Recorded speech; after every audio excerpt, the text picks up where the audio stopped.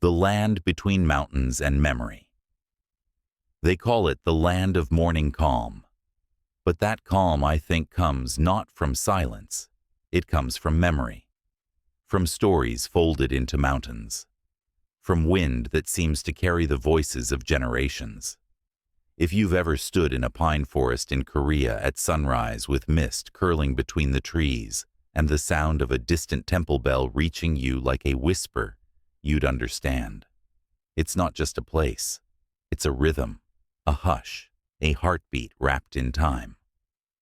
This peninsula has seen kingdoms rise and fall, scripts invented and banned, temples burned, borders drawn and redrawn, and yet the people stayed, rooted, speaking a language older than war, making kimchi the way their mothers did, bowing to elders, dreaming forward, but always remembering. Tonight we're going to walk through that memory, not as historians, not as politicians, just as people listening for the echoes beneath the soil. Gojoseon myths and foundations. I remember reading once, maybe in a dusty book with a frayed spine, that every country has a creation story, a moment when legend and land first intertwine. For Korea, that story begins with a bear, a tiger, and a god who stepped down from the heavens. They say it happened on a sacred mountain called Taebaek, where the sky met the earth, like old friends. A heavenly prince named Hwanung looked down and saw a land that needed guidance. He descended with wind, rain, and clouds at his side, not to conquer but to cultivate, to teach humans laws, medicine, and how to live with the seasons.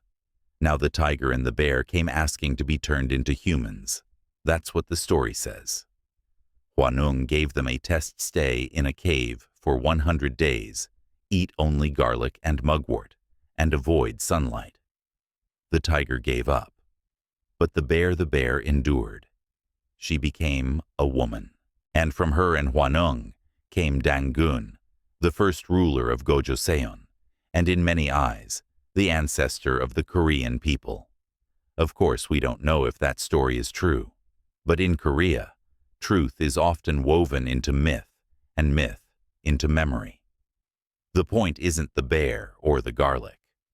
The point is, this Koreans see themselves as rooted in patience, perseverance, and transformation. The kingdom of Gojoseon, sometimes just called Joseon, though not to be confused with the later dynasty, was the first to claim the Korean peninsula as home. Archaeologists say people had lived there for thousands of years, before farming and fishing and carving tools from stone. But Gojoseon gave it shape, a name, a spine. It grew along the banks of the Taedong River, where modern-day Pyongyang now sits. It was no sleepy village. It had a legal code, the 8-article law. It had trade routes reaching into China, and even bits of what's now Eastern Russia. It knew diplomacy, and it knew war. One of its kings, Wyman, wasn't even Korean by birth. He was a Chinese general who fled south, gained trust, and seized the throne.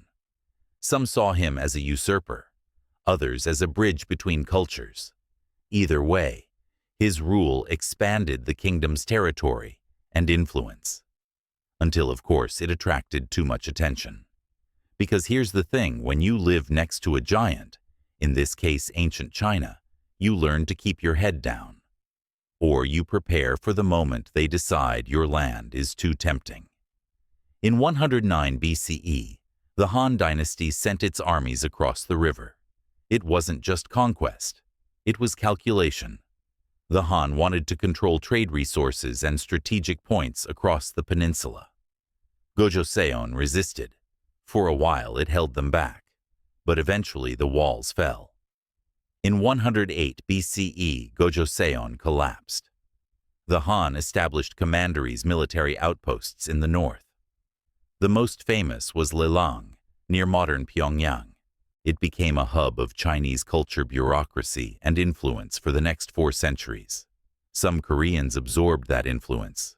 Others resisted it quietly, keeping their traditions alive in hidden valleys and whispered songs. I sometimes wonder what that felt like, living under a foreign power, but still feeling the rhythm of your own ancestors in your bones. Lighting fires not just for warmth, but for memory.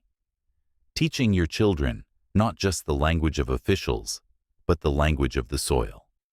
Because Gojoseon didn't vanish. Its name echoed in poems. Its symbols reappeared in later dynasties. And its legacy, that of a people tied to mountains, myth, and quiet resilience, never really left. Even today in Korea, people still celebrate Hangeul, the festival of the opening of heaven, every October. It honors the founding of Gojoseon by Dangun. Not as a historical fact, maybe, but as a heartbeat. A way to say we've been here a long time, and we remember. So yes, the bear may have walked out of that cave alone, but she walked into history, and in her footsteps came a people who would bend but not break, who would be conquered but not erased, who would tell their story not with flags or monuments, but with food passed down, songs half sung, and a language that still carries echoes of the mountain wind. That's how it began. Not with a war, not with a king on a throne, but with a story told under starlight and a memory that still breathes. The three kingdoms clash, and culture. If you ask someone to picture ancient Korea, they might imagine a single kingdom, quiet, unified, standing tall against time. But that would be a dream. For nearly 7 centuries, the Korean peninsula was anything but unified. It was a chessboard, 3 kingdoms locked in a long, slow struggle for land power and identity. Goryeo, Baekje, Silla. 3 names that sound like poetry now, but once echoed with the clash of swords and the rise of temples. Let's start in the north with Goryeo. If Gojoseon had been Korea's first sketch, Goryeo was its bold, dark ink. Founded around 37 BCE, it stretched across what is now North Korea and deep into Manchuria. This was a kingdom of warriors, mountain men, fort builders. They carved their capital into the rocks at Pyongyang and ruled with iron and ambition. They fought off Chinese invasions. They raided their neighbors. But they also built tombs with star-covered ceilings, palaces with sweeping views, and a sense of national pride that pulsed like a drumbeat. Baekje to the southwest was the artist among them. Nestled along the Han River, its people were known for elegance, flowing robes, delicate ceramics, and poetry that carried the scent of spring. They had ties with Japan, sending scholars and monks across the sea. They were one of the first to adopt Buddhism, not just as a religion, but as a way of seeing the world, a mirror held up to suffering and to beauty. And then there was Silla, the quiet one. The kingdom tucked into the southeastern corner of the peninsula, often underestimated, often overlooked. Founded around 57 BCE, Silla was conservative, devout, and structured almost obsessively by bloodlines and rank. But patience is power, and in time Silla would outlast them all. The 3 kingdoms weren't isolated. They fought, yes, sometimes for decades at a stretch, but they also borrowed from each other. They traded goods, art, and ideas. A monk from Baekje might visit Goryeo. A general from Goryeo might study temple building in Silla. Their borders bled into one another, even when their armies didn't. Buddhism, in particular, became the thread stitching them together. It arrived through China, but each kingdom made it their own. In Goryeo, it was strong and stoic, carved into cliffsides. In Baekje, it was refined, painted in soft colors. In Silla, it became deeply spiritual, laying the foundation for some of the most exquisite temples the peninsula would ever know.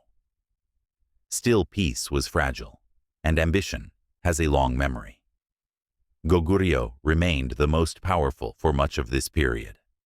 Under King Gwangaeto, The Great, a name that truly fits the kingdom, expanded rapidly in the 4th and 5th centuries.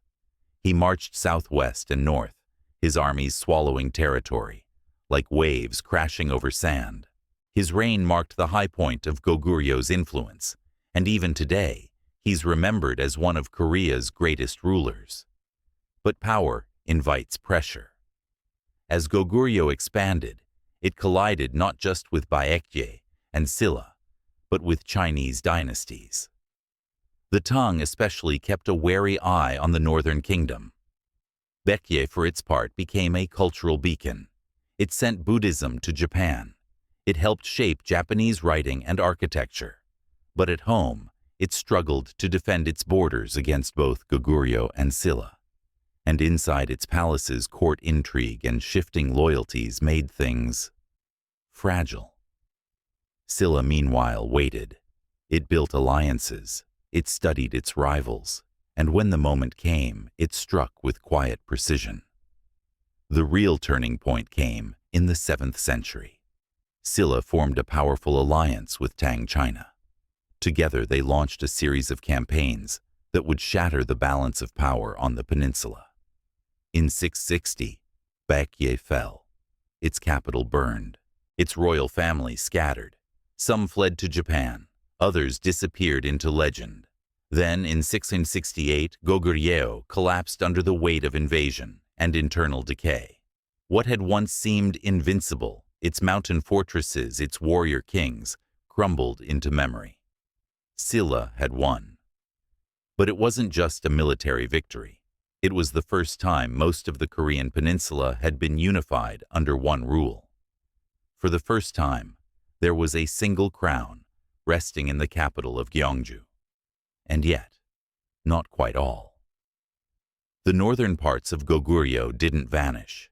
They regrouped, and in the decades that followed, they would form a new kingdom, Balhae, which carried Goguryeo's legacy further north. But for the peninsula itself, Silla was now the name on every coin, every temple bell, every official decree.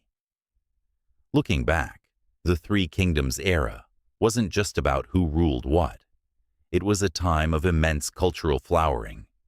Poetry written in Chinese script, music played on imported instruments, architecture that married Korean stonework with Chinese roofs and Buddhist vision. The peninsula, even in chaos, was becoming something rich and distinct, not Chinese, not Japanese, but fully confidently Korean. Sometimes I think about those years, all that fighting, all that beauty, all those lives caught between. And I wonder what it felt like to be a farmer then, or a monk, or a soldier on a foggy hill, staring out toward an enemy capital and thinking, what will this all mean? Maybe they didn't know. Maybe they just lit a lamp at dusk, boiled rice, said a quiet prayer. But centuries later, their world still speaks. In stone, in story, in silence. The kingdoms are gone. But the questions they raised about unity, identity, and what it means to belong to a land that so often splits and mends again, those questions still whisper. And we're still listening. Unified Silla and the rise of Goryeo. After centuries of clashing kingdoms, the peninsula finally quieted. Silla had done what no one thought possible. It unified most of Korea. The temples stopped burning, the swords for a time were sheathed, and the capital Gyeongju began to glow with a kind of golden light, not from riches alone, but from the quiet hum of a people rebuilding. They called it the unified Silla period. But unity, as history loves to remind us, is not the same as peace. Still in the beginning, there was hope. With Goguryeo and Baekje gone, Silla inherited their lands and their challenges. The royal court worked to consolidate power, to integrate old rival elites into the new order, and to keep Tang China from taking too much credit or territory for the victory. The city of Gyeongju became a kind of jewel. They say it rivaled Chang'an and Nara, capitals of China and Japan. palaces with winding corridors, lotus ponds, and gardens where scholars wrote poetry on silk scrolls. The city stretched with new markets, bell towers, and wooden pagodas that reached like prayers into the sky. And under it all, a system hummed, rigid, ancient, but deeply Korean. It was called the bone rank system. A strange name perhaps, but one that mattered immensely. Every person in Silla society was born into a status based on bloodline, literally their bone rank. It determined what job you could have, what clothes you could wear, even how tall the steps to your home could be. At the very top were the sacred bone and true bone ranks reserved for royalty and the highest aristocracy. Below that, the head ranks. And below that, well, not much. If you weren't born into privilege, you weren't going far. It was strict. It was limiting. But for centuries it worked in the way old systems do. It kept power stable. It made people feel they understood their place, and for many that was enough. While the elites lived in courtly refinement, the countryside continued in rhythm. Farmers tended rice paddies beside slow-moving rivers. Monks meditated in mountain temples carved into cliff faces. Fishermen sailed out before dawn, watched by quiet hills that had seen this cycle repeat for generations. Buddhism flourished even more deeply under Silla. Temples like Bulguksa rose from the stone, intricate, balanced, serene. Near it, the Seokguram Grotto was carved into a cave where a massive Buddha sits cross-legged facing the sea. If you ever see it, you'll know this was not just faith. It was art, science, and devotion, all in one breath. But underneath the golden surface, cracks began to show. The royal court became decadent. Bone-rank politics grew stifling. Talented people born into lower ranks found themselves shut out. Their voices ignored, their ambitions crushed. Corruption seeped into administration. And the further you got from Gyeongju, the more the unity of Silla felt like a rumor rather than a reality. The northern regions, once part of Goryeo, had never fully accepted Silla rule. In 698, a new kingdom was born, their Balhae. Founded by Daejeong, a former Goryeo general, Balhae claimed to be the true successor to Goguryeo's legacy, and in many ways it was. Its capital was in Manchuria. Its culture blended Korean traditions with northern steppe influences. It stood strong for over 2 centuries, a reminder that unification had never been total. Meanwhile, within Silla itself, rebellions stirred. Local warlords called Hojok began amassing power in the provinces. They built private armies, collected taxes on their own, ignored royal decrees. The court in Gyeongju, trapped in its rituals and ceremonies, did little to stop them. By the late 800s, things had unraveled. Peasant uprisings swept the countryside. Bandits roamed freely. Even Buddhist temples, once places of peace, fortified their walls. It was in this chaos that a man named Gung Ye emerged, a monk, a mystic, and some say, a madman. He claimed royal blood and founded a new kingdom in the north, later Goryeo. But his rule became erratic, filled with divine proclamations and violent purges. He was overthrown by his own general, a steady, pragmatic man named Wang Geon. Wang Geon came from a wealthy maritime family in the city of Songgak. He understood trade diplomacy and power, and more importantly, he understood people.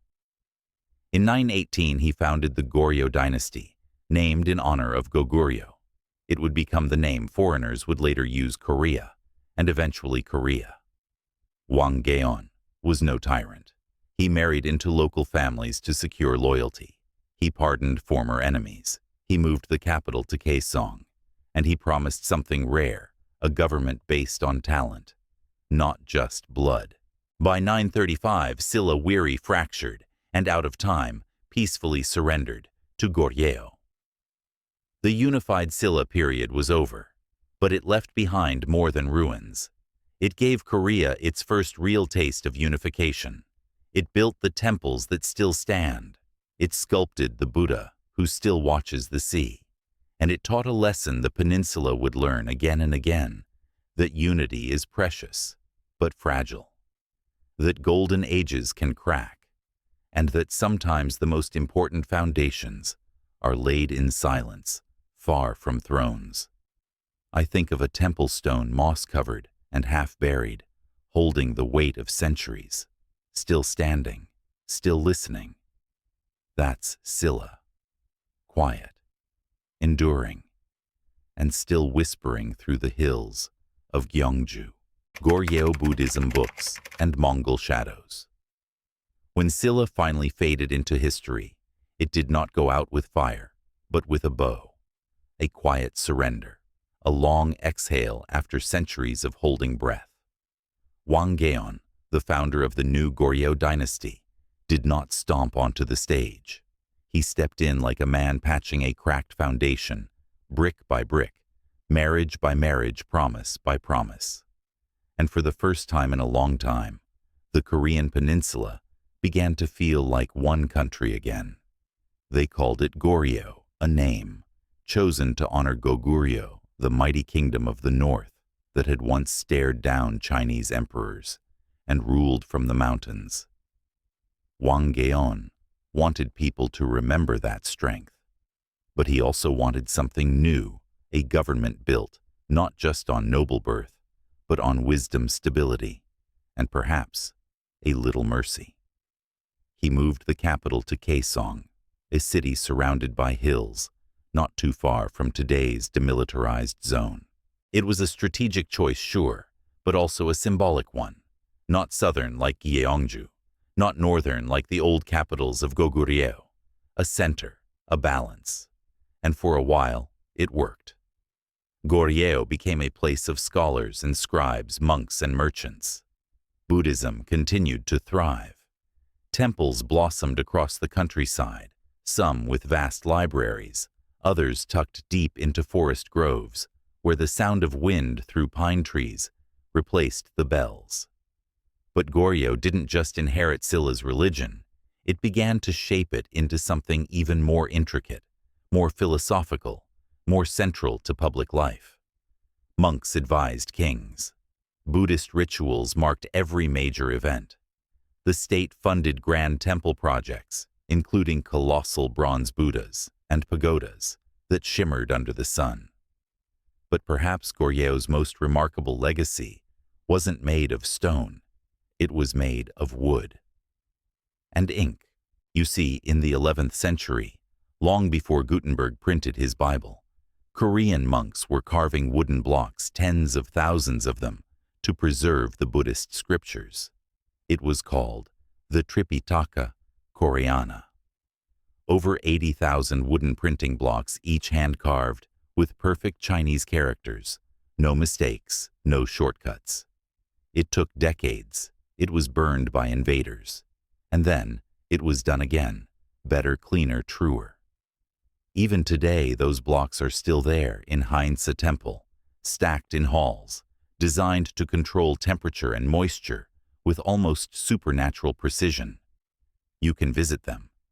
You can stand in the quiet and hear the hum of memory, the patience of a people who understood that ideas, not empires, endure. But Goryeo was not all peace and parchment. As the dynasty aged, court politics grew tangled. Powerful clans jostled for control. Eunuchs whispered. Ministers plotted. And outside the borders, a storm was gathering, a storm on horseback. In the early 1200s, the Mongol Empire exploded across Asia like wildfire. Cities that had stood for centuries were turned to ash in weeks. Korea, tucked between China and the sea, was suddenly a very desirable neighbor or obstacle. The first Mongol invasions began in 1231, and they didn't stop. For nearly 30 years, Goryeo was invaded again and again, armies pouring down from the north, demanding tribute, burning villages, breaking walls. At first, the Korean court resisted. They even moved the capital to Ganghwa Island, a muddy fortified refuge where the king ruled surrounded by tides and fear. But eventually, the pressure was too much. Goryeo became a vassal of the Yuan dynasty, the Mongol rulers of China, and that changed everything. Korean kings were forced to marry Mongol princesses. Royal children were raised in Yuan courts. Mongol customs seeped into Korean life, from fashion to food to military tactics. The court, once proud and independent, became a puppet stage with strings pulled from Beijing. But not all was lost. Even under Mongol rule, Korean artisans continued to create. Celadon pottery, pale green, smooth as river stones, reached its artistic peak.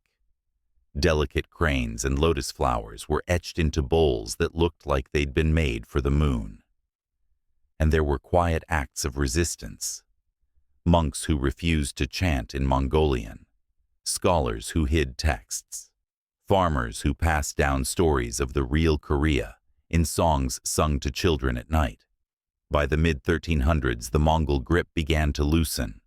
The Yuan dynasty faltered. Plague and rebellion spread across China, and Korea, always watching, began to stir. One general in particular began to rise, Yi Seong-gi. He was talented, respected, and just cautious enough to survive the court's traps. When he was ordered to lead an attack against the rising Ming dynasty in China, he turned his army around and marched on the capital instead. It was not just a coup. It was a turning point. The end of one era, the beginning of another. Goryeo, after nearly 5 centuries, was collapsing. Not in a single moment, not with fire, but with fatigue. The weight of too many invasions, too many factions, too much bending to foreign rule. And yet when you walk through the old tombs of Goryeo kings, or visit the temples that still house their wooden scriptures, you feel something else, not defeat, but endurance. They carved prayers into wood. They fired dreams into porcelain. They knelt before empires, but they never stopped whispering their own name. Goryeo, not just a dynasty, a reminder that even in the shadow of giants, a people can still light candles of their own. Joseon rises, Confucian order, and the Hangeul revolution. When the Goryeo dynasty finally fell, it was not to an enemy, but to one of its own. A general named Yi Seong-gi, weary of foreign influence and court corruption, led his troops not into battle with China, as ordered, but back toward his own capital.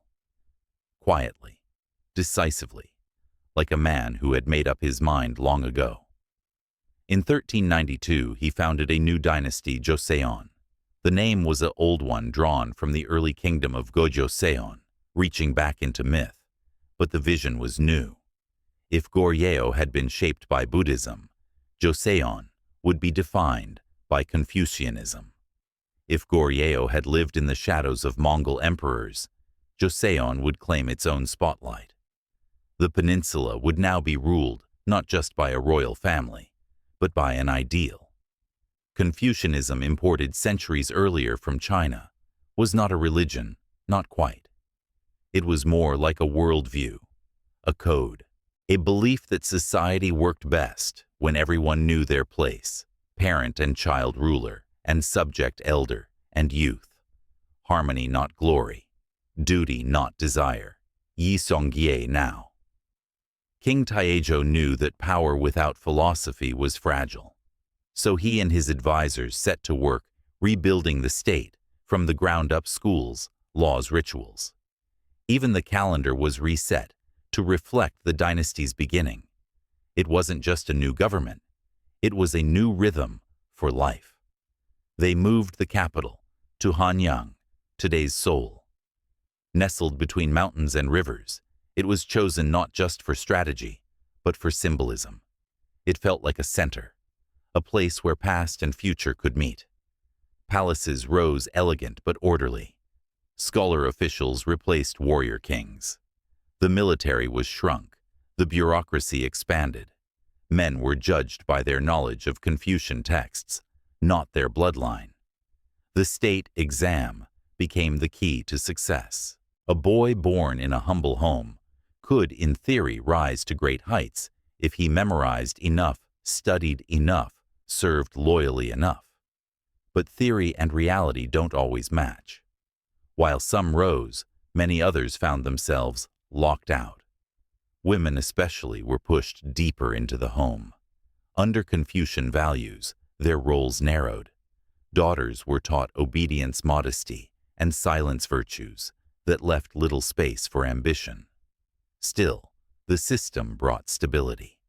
For centuries, Joseon remained remarkably consistent. Kings ruled, ministers advised, scholars debated, and through it all the people planted rice, brewed tea, and followed the seasons like a slow, familiar song. But amid all this formality and tradition, one moment stands apart, a moment of radical, almost subversive brilliance. In the 15th century, under the reign of King Sejong, the great Joseon gave birth to something entirely its own, a writing system. At the time, Korean was spoken in every village but written in none. The elite used classical Chinese, complex, rigid, and deeply foreign. For the common people, reading and writing were out of reach. It was as if their own language was invisible. King Sejong wanted to change that. He assembled a team of scholars and linguists, and in 1443 they completed their work, a new alphabet, simple and elegant, designed to fit the Korean tongue. 14 consonants, 10 vowels, each shape mimicking the position of the mouth or tongue when spoken. It was called Hunminjeongeum, the correct sounds for the instruction of the people. Today, we call it Hangeul.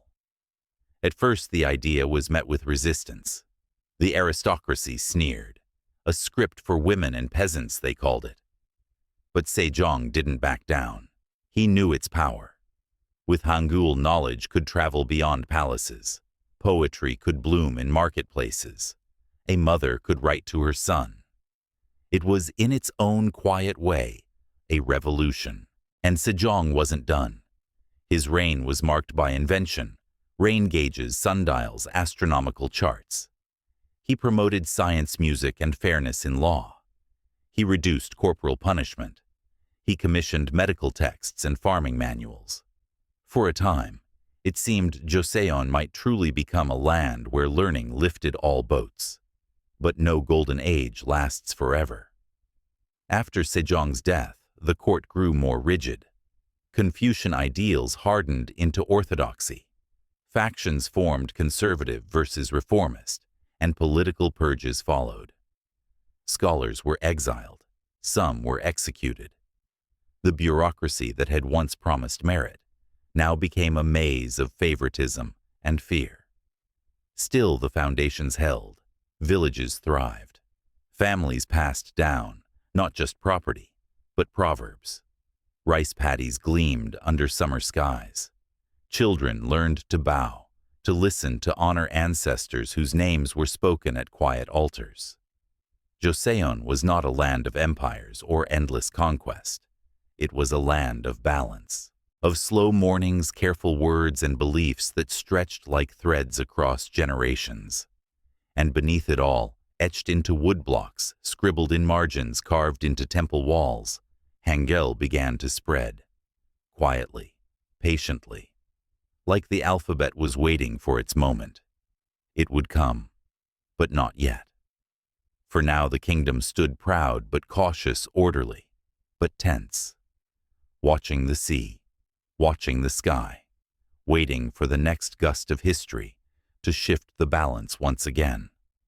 But in that brief window between invention and unrest, something extraordinary had taken root. A language finally given its own shape. A people finally able to write their own names. And a king remembered, not for how he conquered, but for how he listened. Golden Age and Japanese warnings. There's a kind of stillness that comes before a storm. The air is quiet, the trees barely move, and somewhere in your chest, you feel something shift, even if no one has spoken a word. That's what the late 15th and early 16th centuries felt like in Joseon. On the surface, life seemed good. The country was stable. The Confucian system, for all its rigidity, provided order. Hangeul was quietly gaining ground. Palaces in Seoul echoed with poetry and court music. Scholars debated philosophy in silk robes. Farmers followed the rhythm of planting and harvest, with generations of memory guiding their hands. The kings of this period, notably Yungjong and Myeongjong, kept the wheels of the state turning, even if not always smoothly. Government posts were filled, rituals were followed, and festivals were held, with paper lanterns flickering like stars in village squares. It was a time when Koreans could look around and say, "We have endured." They had survived Mongol invasions. They had seen empires rise and fall around them. And here they stood, a small, proud peninsula, independent, learned, and intact. But beneath that calm was tension. Factionalism had crept deeper into the court. Scholar officials, once united by a love of learning, now split into camps: Easterners and Westerners, conservatives and reformers. They debated land reform, tax codes, the role of the king, and they didn't always debate gently. Accusations led to exiles. Exiles turned into executions. A poisoned cup here, a forged document there. The bureaucracy that had once brought stability now began to tremble from within. Outside the palace walls, most people kept going. A merchant on the Han River still sold his goods. A mother in Jeolla still packed rice for her child's first day at school. But the air was changing just slightly, just enough for people to notice. And then there was Japan. At the time, Japan was emerging from a long period of civil war. Warlords had fought each other for decades. Cities had burned, and blood had soaked into the soil like rain. But by the late 1500s, a powerful figure had risen to unite the islands: Toyotomi Hideyoshi. Hideyoshi was brilliant, ambitious, and restless. Having unified Japan, he looked outward across the sea and saw the Korean peninsula not just as a neighbor, but as a gateway to China. He dreamed of conquest, not just for power, but for legacy. At first, his requests seemed polite. He sent envoys to Joseon, asking for safe passage through the peninsula to launch a campaign into Ming China. The Korean court, caught between diplomacy and disbelief, refused. They saw no reason to help a recently unified and still unpredictable Japan march its armies across their land. Hideyoshi took that as an insult. And he did not forget insults. Meanwhile, Joseon was unprepared. Its military had grown weak, a result of decades of peace, and a government that prized scholars over soldiers. Naval forces were underfunded. Fortresses were crumbling. Generals were chosen more for their connections than their competence. But there were warnings, whispers from the coast, rumors among fishermen, Japanese ships seen further north than usual, strange movements on Tsushima Island, and yet the court debated. Reports were delayed, budgets were argued over, and the storm kept coming. It's easy with hindsight to ask why no one acted sooner, but that's not how the world works, is it? When life has been calm for so long, we forget what thunder sounds like. Still, there were those who paid attention. One man in particular was watching the sea. His name was Yi Sun-sin. At the time, he was just a middle-ranking naval officer. Brilliant, quiet, a man more interested in logistics and strategy than in court politics. He inspected ships, drilled his men, studied the tides, and crucially began building something no one had seen in centuries: a fleet of warships with iron plating. The turtle ships they'd later be called. Covered decks, spiked roofs, dragon-shaped cannons at the bow. But that's a story for another night. For now, Joseon stood on the edge of a cliff, not quite realizing how close it was to falling. The people went about their lives. They planted and harvested. Scholars recited Confucian texts beneath cherry blossoms. The markets of Seoul buzzed with chatter. Children learned Hangeul under the watchful eye of village teachers. A country that had survived so much believed, perhaps naively, that peace would hold. But the wind had shifted. Across the sea, Japanese ships were being stocked with rice and weapons. Soldiers trained in formation. Orders were drawn up. And in the stillness of Seoul, no one heard the sails unfurl. The Imjin War fire on water. It began in the early morning hours of April 13, 1592. Across the misty sea, 700 Japanese ships appeared on the horizon sails like rows of silent wings. They carried 150,000 soldiers marching under the banner of Toyotomi Hideyoshi, a man who had turned Japan into a unified power and now wanted to turn Korea into a stepping stone toward China. The first to fall was Busan. The attack was sudden, merciless. Korean defenders were caught unprepared, outnumbered, overwhelmed.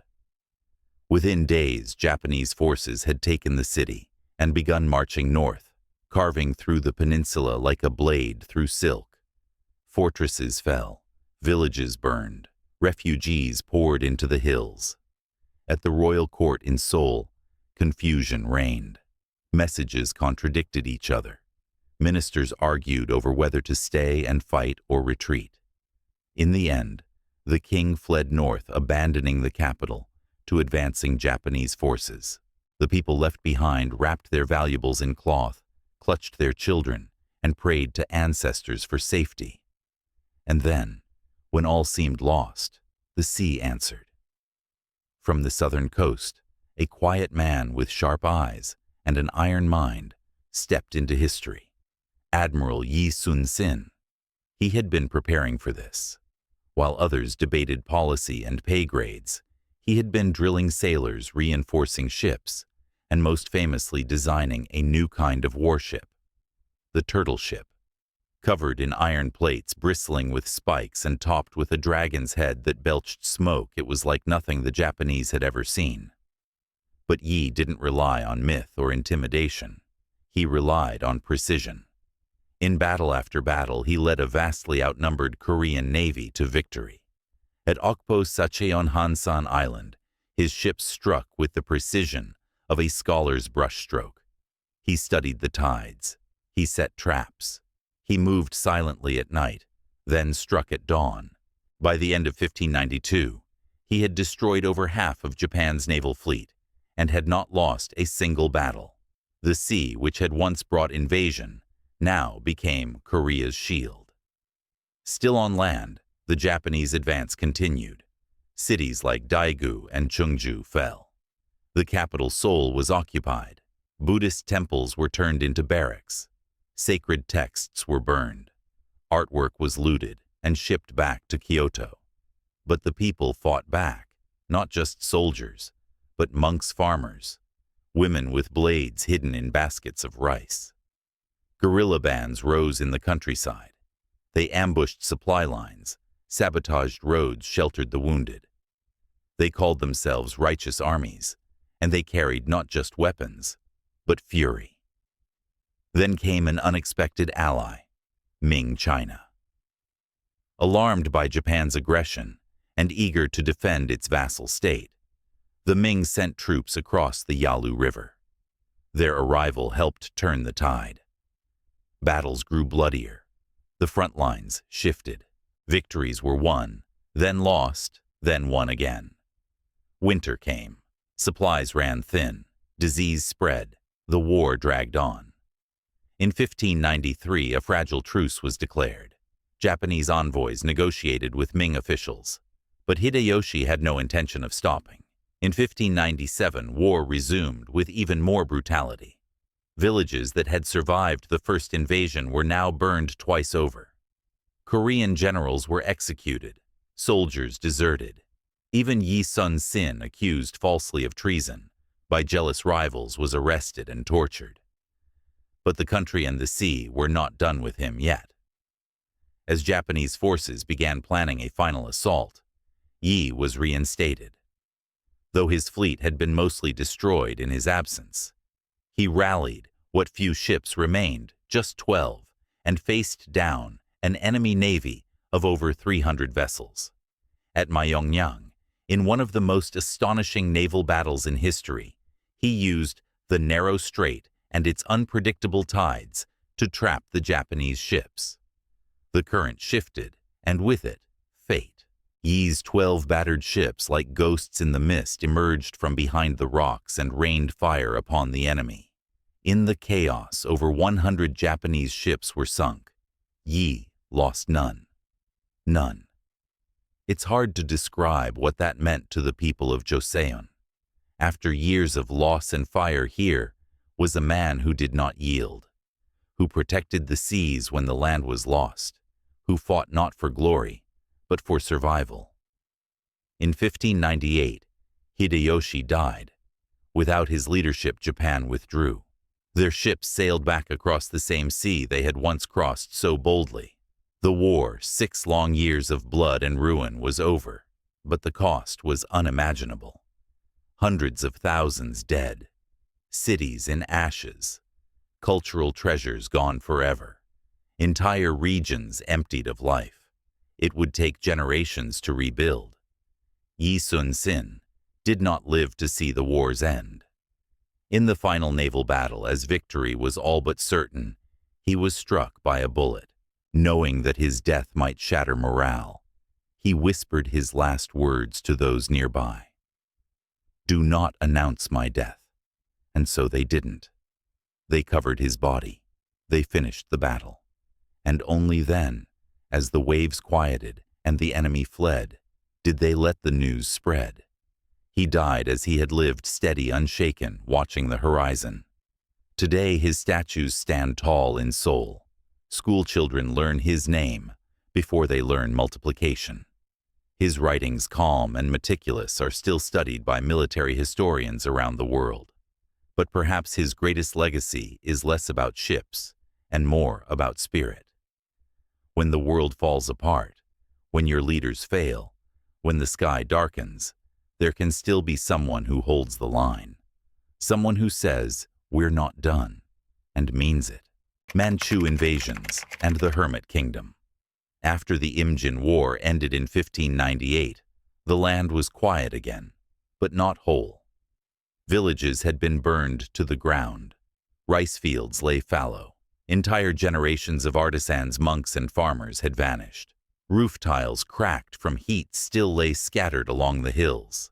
Seoul stood, but it stood in silence, its palaces half empty, its libraries missing whole shelves. And the people, they were tired. Joseon was breathing, but shallowly. There was no victory parade, just the long, aching work of rebuilding. Yet barely a generation passed before new shadows crept down from the north. This time, they came not by sea, but across frozen rivers and forested passes. They did not wear samurai armor or fly Japanese banners. They were horsemen, fast, quiet, fierce, from a rising empire that would soon shake the heart of East Asia. The Manchus. At the time, they were known as the Urchins, tribal peoples, from beyond the Great Wall, organized under ambitious leaders and growing stronger by the season. In China, the Ming dynasty was weakening, and the Urchins, watching carefully, began preparing to take its place. But first, they wanted Korea to recognize their rising power. Joseon, however, was loyal to the Ming, deeply loyal. Confucianism, the ruling philosophy of Joseon, had come from China. The texts, the rituals, even the concept of moral governance, all traced back to Chinese classics. The idea of abandoning the Ming for some northern upstart was not just unthinkable, it felt like treason to the world itself. So when the Manchus asked for tribute and recognition, Joseon hesitated, delayed, refused. The first invasion came in 1627. It was swift and brutal. Cities fell. Soldiers scattered. The Manchus reached Seoul in weeks. The king fled to the countryside again. And once again, the people were left to hold the line with whatever they had: pitchforks, prayers, and the memories of a war they thought they had already survived. The Manchus didn't stay long. They called it a punitive expedition, forced Joseon to sign a treaty, and withdrew. But the message was clear: submit or suffer. Joseon, still clinging to its loyalty to the Ming, tried to walk a tightrope. They sent envoys to both sides. They paid tribute quietly. They hoped history would move on. It did not. In 1636, the Manchus returned, this time as the Qing dynasty, having declared themselves the new rulers of China. And this time, they came to conquer. Their army swept down from the north, burning and pillaging. Seoul fell again. The king Injo retreated to Namhansan-seong, a fortress in the mountains surrounded by snow and silence. For over 40 days, he and his court held out, hoping the Ming would send help. No one came. Eventually, starving and frozen King Injo descended the mountain and bowed to the Qing emperor's representative. It was more than surrender. It was humiliation. A king kneeling in the snow. A Confucian state pledging loyalty to what it still saw as barbarians. The wound wasn't just political. It was spiritual. Joseon didn't fall, but it changed. Something in its heart closed. The trauma of back-to-back invasions from sea and land, from east and north, left deep scars. The court began to look inward. Walls were rebuilt. Foreign visitors were viewed with suspicion. Trade was limited. Travel was restricted. Scholars warned against foreign ideas. Even maps were redrawn to make Korea look larger, more central, as if by shrinking the world, they could make themselves feel safer. This is when outsiders began to call Korea the Hermit Kingdom. The phrase came later from European explorers and diplomats, frustrated by closed ports and denied access. But the truth was simpler and sadder. Joseon wasn't hiding out of arrogance. It was hiding out of pain. And yet, even in retreat, the country endured. Confucian schools continued to educate. Farmers returned to their fields. Temple bells rang again at dawn. Poetry was written, not about glory, but about loss, about waiting, about the quiet dignity of survival. One poet from this era wrote, "The reed bends in the wind, but roots run deep beneath the frost." That was Joseon. It wasn't expansionist. It didn't chase conquest, but it knew how to wait, how to outlast. In the countryside, families tended graves and told stories. Children were taught to bow, to listen, to remember. In the mountains, monks chanted under old cedar trees. And in Seoul, the court, cautious, now even timid, kept the state running like an old clock, not fast, but steady. The world around them moved on. Empires rose and fell. Ships crossed oceans. But in Joseon, time slowed. The pages turned gently. Was it fear, maybe? Was it wisdom, perhaps? But it was also human. Because after you've been burned twice sometimes, you choose the quiet. You patch the roof. You feed your children. And you listen for hoofbeats in the snow, hoping this time they will not come. Quiet strength. Joseon's cultural bloom. The 1600s had shaken Joseon to its core. But the 1700s were different. There were no invading fleets, no kings kneeling in snow, no armies pouring across frozen rivers. Instead, there was stillness, and in that stillness, something unexpected happened. Joseon began to bloom, not loudly, not with the fanfare of empire, but like a quiet field of wildflowers, after the frost, small, unnoticed at first, then suddenly, everywhere. With foreign wars behind them, and the borders tightly watched, the royal court and the countryside alike turned inward. And what they found was culture, depth, beauty, The kings of this century, especially Yongzhou and his grandson Zhongzhou, are remembered not for their conquests, but for their curiosity. Yongzhou, who reigned for over half a century, was meticulous, reform-minded, and obsessed with order. He tried to balance the warring factions at court, instituting policies of harmony between the old Easterners and Westerners, a hard peace, but peace nonetheless. He also cared deeply about fairness. Under his rule, the legal code was revised, taxation made more equitable, and corruption punished, at least more consistently than before.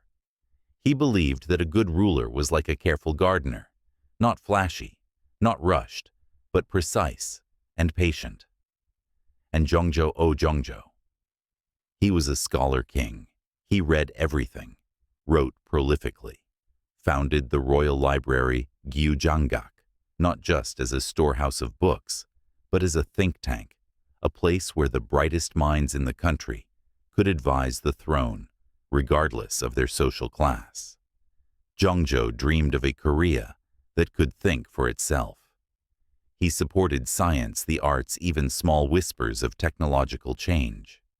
He respected Confucian values, yes, but also believed that innovation could walk beside tradition. And yet, even he knew the boundaries. Korea remained closed to most of the outside world. Western books, when they slipped in through China, were read in secret. Catholicism, carried by whispers and missionaries, spread quietly among commoners, but was viewed with deep suspicion by the state. Still within those borders, culture flourished.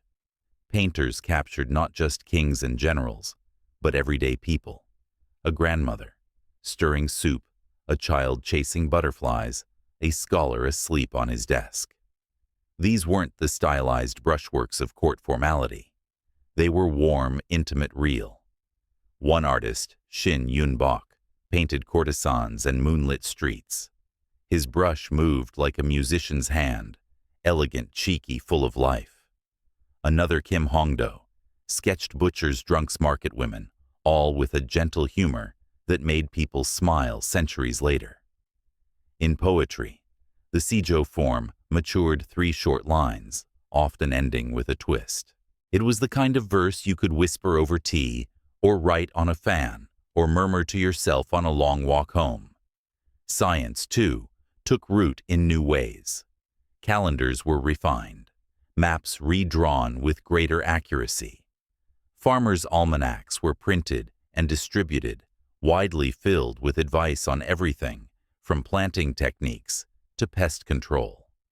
Even weather observation was taken seriously, a recognition that knowledge could protect lives. And always there was the sound of Hangeul, now used more and more outside the palace walls. Women wrote letters to their children in it. Merchants scribbled prices. Village scholars composed essays. The aristocracy still clung to Chinese characters for official use, but the people were speaking and now writing in their own language.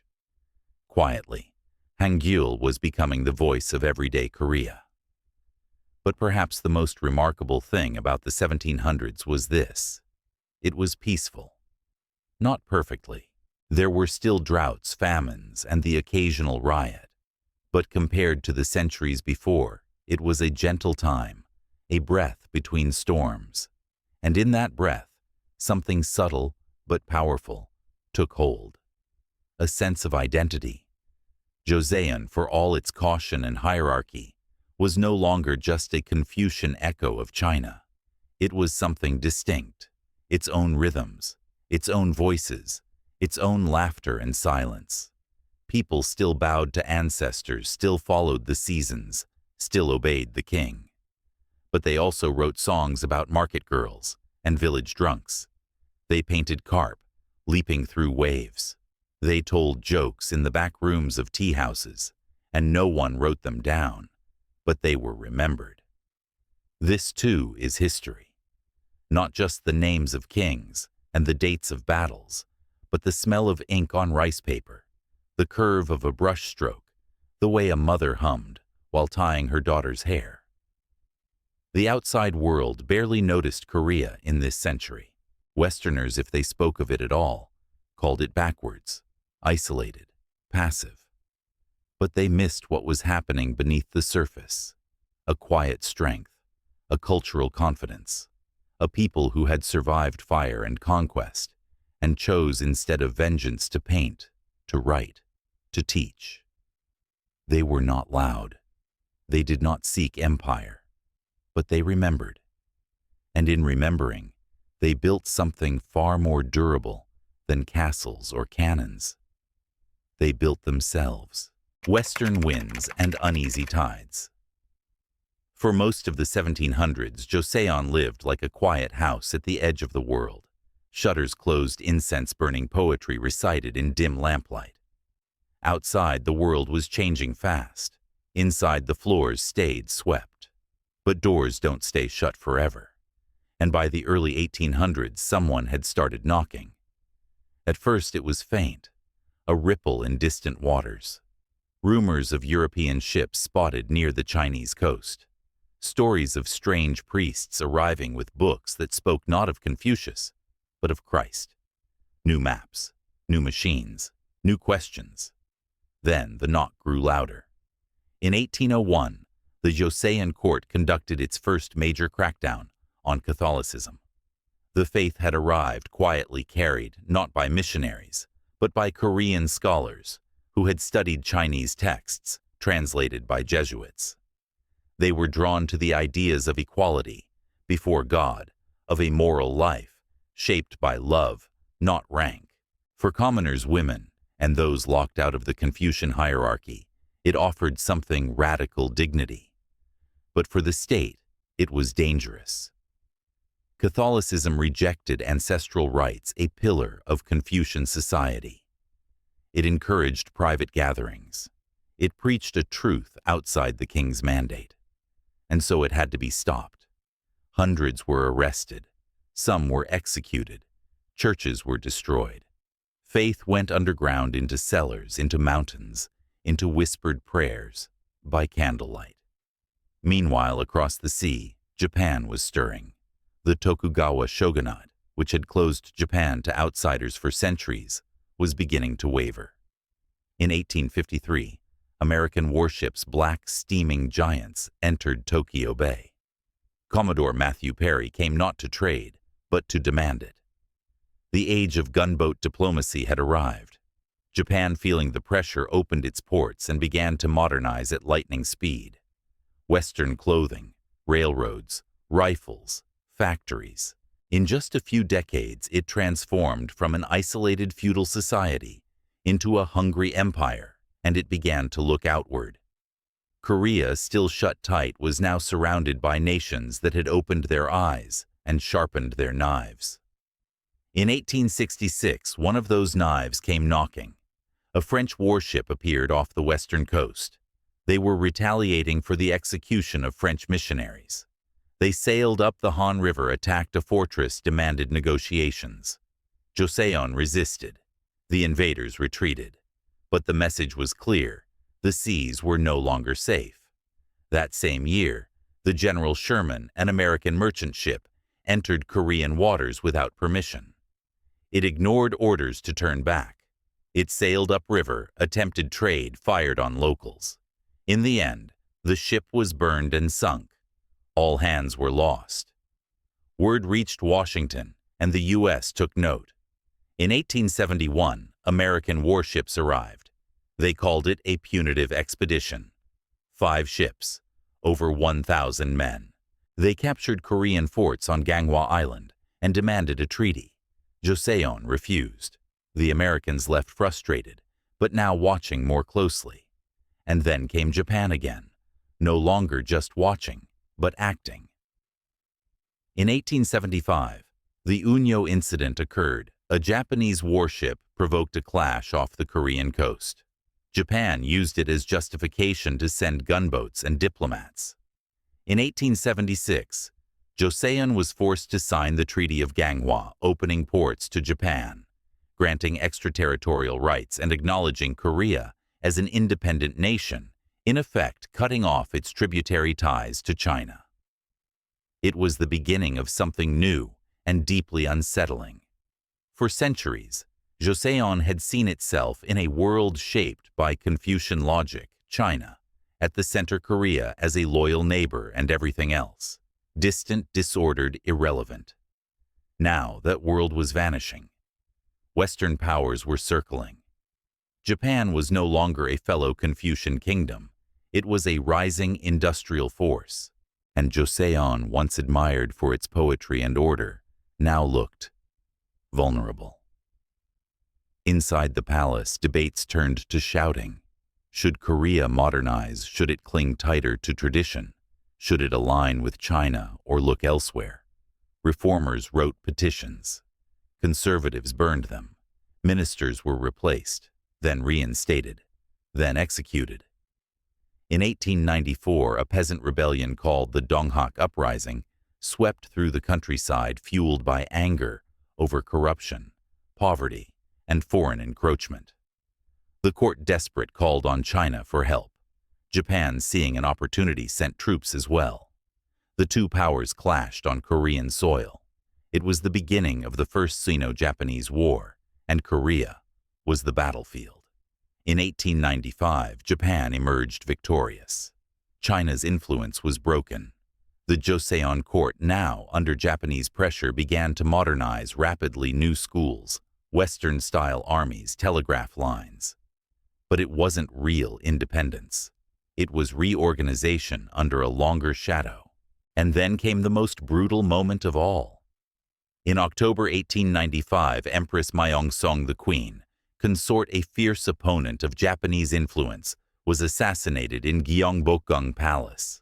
Dragged from her chambers by Japanese agents and Korean collaborators. Killed. Her body burned in the forest. The palace, once a place of poetry and ritual, was now soaked in silence and fear. By the turn of the century, Joseon no longer recognized itself. Foreign flags fluttered over ports. Missionaries built churches. Japanese soldiers walked the streets of Seoul. Reformers wore Western suits. Children learned arithmetic alongside Confucian texts. The old rhythms still echoed ancestral rites, spring planting tea at dusk, but they were competing now, not resting. And the people, they did what people always do. They adapted. They remembered. They whispered to one another in Hangeul, a language now fully alive, and they waited again for the next wave to hit, because by now they knew winds don't stop, and tides always rise. Under the rising sun, Japanese colonial rule. It ended quietly. After 5 centuries, the Joseon dynasty, once a kingdom of scholars and monks of Confucian rituals and poetry folded like silk, was gone. In 1910, Japan officially annexed Korea. No grand battle, no flaming city walls, just signatures on a treaty and soldiers in the streets. The Empire of Japan had risen, and Korea had become a colony. They called it a merger, a union, even a civilizing mission. But the truth was simpler. Korea had been taken. And for the next 35 years, the Korean people would live under someone else's flag. At first, many didn't know what it meant. Farmers still woke with the sun. Shopkeepers still opened their stalls. But the signs began to change, literally. Korean script was replaced by Japanese. Japanese governors were installed in Seoul. Portraits of the Japanese emperor hung in schools, government offices, and sometimes even temples. The land, too, began to shift. Forests were logged. Railroads carved through mountains. Farms were reorganized, taxed, and often handed to Japanese landowners. The rice grown in Korea no longer stayed in Korean bowls. It was shipped east across the sea. And the language was the first to suffer. Children were taught in Japanese. Hangeul was pushed aside, labeled primitive, discouraged in schools, and banned in many public settings. Korean names were changed, family registers rewritten. By the late 1930s, most Koreans were expected to speak, read, and write in the tongue of the empire. Some complied to survive. Others resisted in silence. Still, even in the shadow of empire, voices rose. One of the earliest came in 1919. On March 1st, a group of Korean intellectuals read aloud a Declaration of Independence in Seoul. It was peaceful, carefully worded, modeled after the language of American and European revolutions. Students joined, shopkeepers, clerks, farmers. Within weeks, millions had taken to the streets across the country. They carried no weapons, just flags and hope. The Japanese response was swift and brutal. Thousands were arrested, hundreds killed, villages burned. And yet something had shifted. A nation that had once spoken only through its kings had now found its voice in the mouths of ordinary people. Some of those voices fled. They crossed borders into China, into Russia, into Manchuria. There they formed provisional governments, resistance movements, even small armies. In hiding, they printed newspapers, trained soldiers, plotted uprisings. Among them was a name that would later become known to all Koreans, Kim Gu. At home, resistance took quieter forms. Teachers secretly taught Hangeul. Artists painted symbols of Korean identity, disguised as landscape or floral scenes. Families whispered ancestral prayers, behind closed doors, fearing spies. And yet, they remembered. They remembered who they were. Korean women, too, played their part, often overlooked, but never absent. Some, like Yu Guan-sun, a high school student, became icons of defiance. After participating in the March 1st movement, she was imprisoned, beaten, and eventually died in jail at the age of 17. Her story passed from home to home, classroom to classroom, became a symbol of unshakable courage. Others resisted simply by enduring, by raising children in a language they were told to forget, by cooking food in secret, by stitching patterns into quilts that meant more than they seemed. But the pressure never let up. In the 1930s, as Japan prepared for full-scale war with China, its grip on Korea tightened. Factories were built not for Korean prosperity, but to fuel the war machine. Korean boys were conscripted into Japanese military units. Girls were taken to military brothels under false promises of work. They were called comfort women, a name that still breaks hearts even now. Entire communities disappeared. Culture was censored, spirituality controlled. Even Shinto shrines foreign to Korea were built in major cities, and Koreans were expected to bow before them. But fire never fully consumes the root. In the countryside, old stories were still told about tigers who spoke about mountains who remembered. In city alleys, elders still murmured proverbs in soft Korean. In attic corners, Hangeul was still written on scraps of paper, practiced in candlelight, preserved like a sacred flame. And across the sea, war came.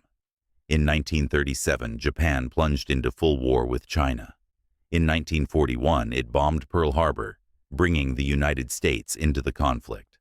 The Pacific Theater exploded Hawaii, the Philippines Okinawa. Korea, though never its own front, was deeply entangled. Its sons were sent to fight. Its resources were drained.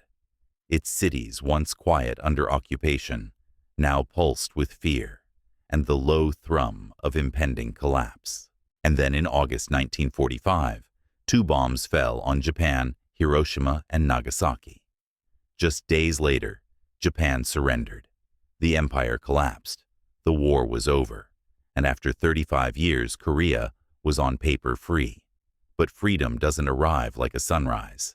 It arrives like smoke clearing from a battlefield, slowly, unevenly, leaving questions behind. Who are we now? Who do we belong to? And what did we lose that we might never get back? The Japanese left. But the Americans came in the south, the Soviets in the north, and the Peninsula, battered and newly unchained, stood at the edge of another chapter 1, marked not by occupation, but by division. That is for tomorrow's story. But tonight we remember what it meant to be under the rising sun, not just in suffering, but in survival, not just in silence, but in memory. Because even when flags change and voices are silenced, the roots remain, and when the time is right, they bloom again. A divided home liberation and partition liberation came like the wind, sudden, invisible, and not entirely understood. On August 15, 1945, the Japanese Empire surrendered. Word spread quickly across Korea, through village radios, street whispers, and schoolyard cheers. Flags were torn down, banners unfurled. People wept in the streets, clutched each other, sang old songs they hadn't dared hum in years. After 35 years, Korea was free. But no one quite knew what that meant. There was no Korean army to reclaim the streets, no Korean government ready to step in. For decades, everything, the laws, the currency, the schools, the trains, had been run by Japan. Now, all of it was suddenly empty. A country returned to its people, but with no clear hands to catch it. In Seoul, crowds filled the streets in celebration. Church bells rang. School children shouted Man's Long Live Korea. But behind the joy was confusion. Who would lead? What would come next? Two foreign powers had already answered that question for them. Just weeks before Japan's surrender, American and Soviet officials had hastily agreed, almost casually, to divide Korea along the 38th parallel. The North would be temporarily overseen by the Soviet Union, the South by the United States. It was meant to be short-term. A practical solution, they said. But lines drawn on maps have a way of hardening into borders. In the north, Soviet troops entered Pyongyang. They were greeted cautiously, even respectfully, by Koreans who had long admired Russian support for anti-colonial movements. The Soviets moved quickly, organizing local committees, redistributing land, and identifying local leaders sympathetic to communist ideals. One of them was Kim Il-sung, a guerrilla fighter who had spent years in exile, trained in Soviet territory. Young, charismatic, and disciplined, he soon became Moscow's preferred figure to shape a new Korean government in the north. In the South, American forces arrived in Incheon. The reception was mixed. Some Koreans welcomed them as liberators. Others bristled at yet another foreign army on their soil. The Americans, unfamiliar with Korean language and politics, relied heavily on Japanese colonial administrators to maintain order, a decision that left many Koreans angry and betrayed. In both zones, Koreans tried to organize their own governments, but their visions were different and increasingly incompatible. Moderates and leftists in the South pushed for unification, land reform, and a clean break from colonial elites.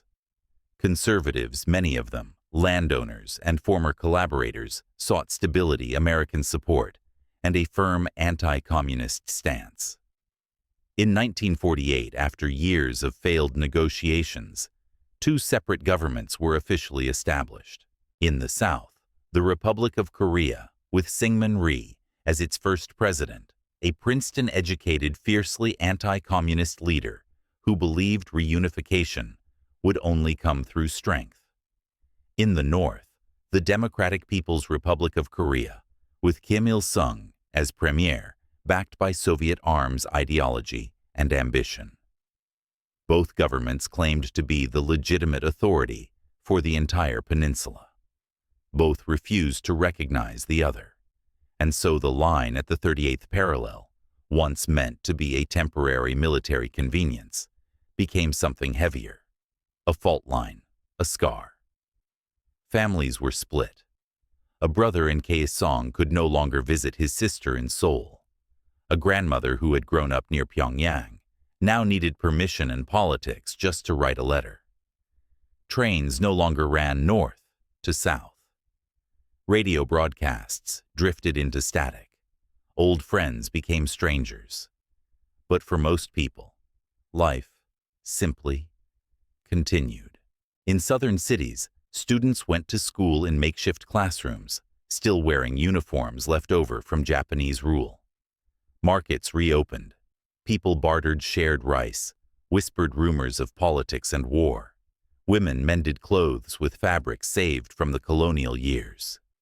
Men gathered at tea houses and read newspapers, some printed in English, others in Korean. In the north, landowners lost their property. Industries were nationalized. Electricity reached some villages for the first time. Propaganda posters went up. Marching songs filled the streets. And yet, in homes behind paper walls, families still ate kimchi in winter, still bowed to portraits of ancestors, still tucked their children in at night, and hoped the noise from the capital would stay far away. But it didn't. Both governments began preparing not for peace, but for something else. By 1949, Soviet and American troops had mostly withdrawn, but they had left weapons, advisors, doctrine, seeds, and on both sides of the line, those seeds took root.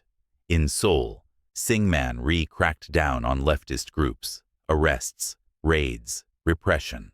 His government grew more authoritarian, more paranoid. In Pyongyang, Kim Il-sung consolidated power, eliminating rivals, strengthening his grip on the party, the army, and the narrative. Each side believed the other was weak. Each side believed the people across the line longed to be rescued. Each side believed that sooner or later, reunification would come not through treaties, but through force. And so the peninsula held its breath. From the outside, it still looked like one country, one language, one people. But inside it had become something else, a house divided with both doors locked, and two fathers pacing the same floor, convinced the other didn't belong. In late 1949, reports trickled in of skirmishes at the border, gunfire at dawn mines, on quiet paths, soldiers disappearing into forests. No one wanted to say the word, but everyone felt it. War. Not yet. But soon. And so, as winter fell over the Korean hills, and rivers froze in the valleys, families gathered around radios and wood stoves. Children asked questions no one wanted to answer. Elders prayed to ancestors who had seen other wars and wondered if this one would be different. It wouldn't be. But that's for another night. Tonight, we remember the moment between, the fragile hope of reunification, the brief glimmer that maybe, just maybe, freedom would lead to peace. It did not. But the memory of that hope, it still lingers. In stories, in songs, in black and white photographs, where no one is smiling, but everyone is standing close. Because even when a country breaks in two, the people don't forget how it once felt to be whole. Brothers at war. The Korean War. It began before dawn. On June 25, 1950, North Korean troops crossed the 38th parallel. Not just a few scouts or scattered units, a full-scale invasion. Tanks rolled south, soldiers marched, bullets flew. And within hours, Seoul was under siege. No formal declaration, no long speeches, just gunfire. To the world it seemed sudden. But to those living on the peninsula, it felt inevitable. For months, tension had simmered like water on a low flame. Border skirmishes, accusations, propaganda. Both sides had armed themselves, trained, promised reunification by force if necessary. And now that promise was being kept at gunpoint. Within 3 days, Seoul fell. Families fled with only what they could carry. Mothers holding children, elders limping along dusty roads, people leaving behind homes, shops, schools, unsure if they'd ever return. Bridges were blown up behind them. Fires lit the skyline. The city emptied in fear. President Syngman Rhee's government retreated south. The North, under Kim Il-sung, claimed it was liberating the country from American imperialism. But the people caught in between saw no liberation, only chaos. The United Nations, led by the United States, responded swiftly. Troops were sent. Planes roared overhead. War, once a whisper, became a roar, and soon the peninsula was swallowed by it. What followed was a seesaw of fire and frost. The north swept down, pushing into the southern tip of Korea, nearly capturing Busan. Then, in September 1950, General Douglas MacArthur launched a surprise amphibious landing at Incheon. The south surged back, recapturing Seoul, pushing all the way north, nearly to the Chinese border. For a moment, it seemed like the peninsula might be unified again under the South. But then came China. In October, waves of Chinese troops poured across the Yalu River. Hundreds of thousands of soldiers hidden by night and mountains attacked with fury. The tide turned once more. Seoul fell again. Winter set in. Soldiers froze in trenches. Villages were reduced to ashes. Families huddled in caves. Churches, train stations. Food was scarce, medicine scarcer. And still the war dragged on, not just on battlefields, but in rice paddies, alleyways, mountain passes. It was not just a war of bullets. It was a war of ideology. Communism versus capitalism. North versus South. Red versus blue. But to the average Korean, it was a war of survival. Brothers found themselves on opposite sides, sometimes, without even knowing it. A man conscripted in the north might fire upon his cousin in the south unaware, until years later.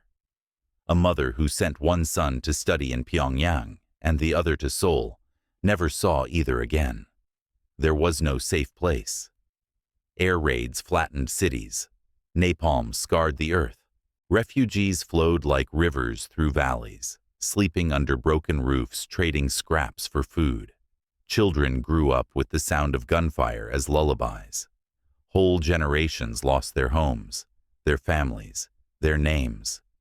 And yet, amidst the devastation, small acts of kindness endured. A soldier shared his last biscuit with a crying child. A nun stitched bandages from torn bedsheets. A farmer hid strangers in his barn, saying only, "They looked hungry." Because even in war, humanity flickers. The United States bore much of the military weight, but soldiers came from all over Britain, Canada, Australia, Turkey, Ethiopia. Young men who'd never heard of Korea before suddenly found themselves bleeding in its hills. By 1951, the war had reached a grim stalemate.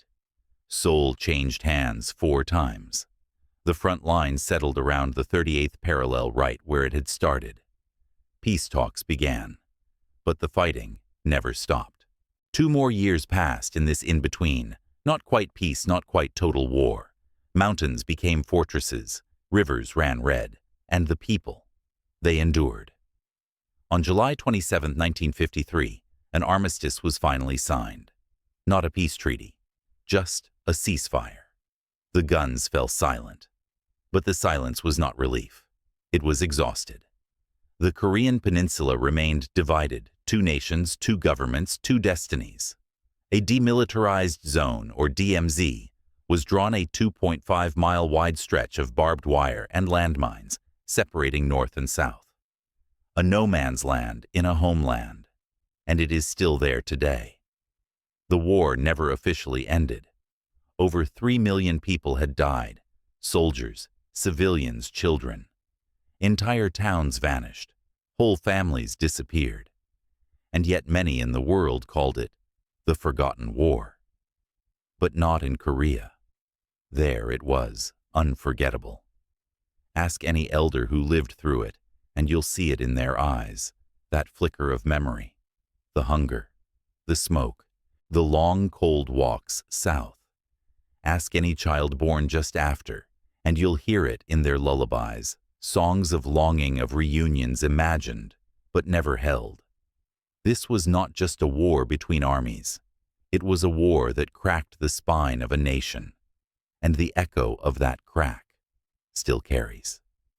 But tonight, as we sit with the memory, we remember not just the destruction, but the resilience, the way people stitched their lives back together, 1 meal, 1 step, 1 prayer at a time.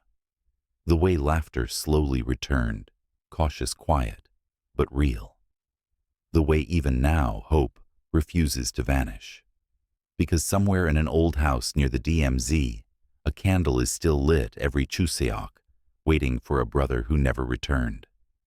Because in every Korean heart, there is still a corner that whispers maybe someday. After the war rebuilding two Koreas, the guns had quieted, but nothing felt peaceful.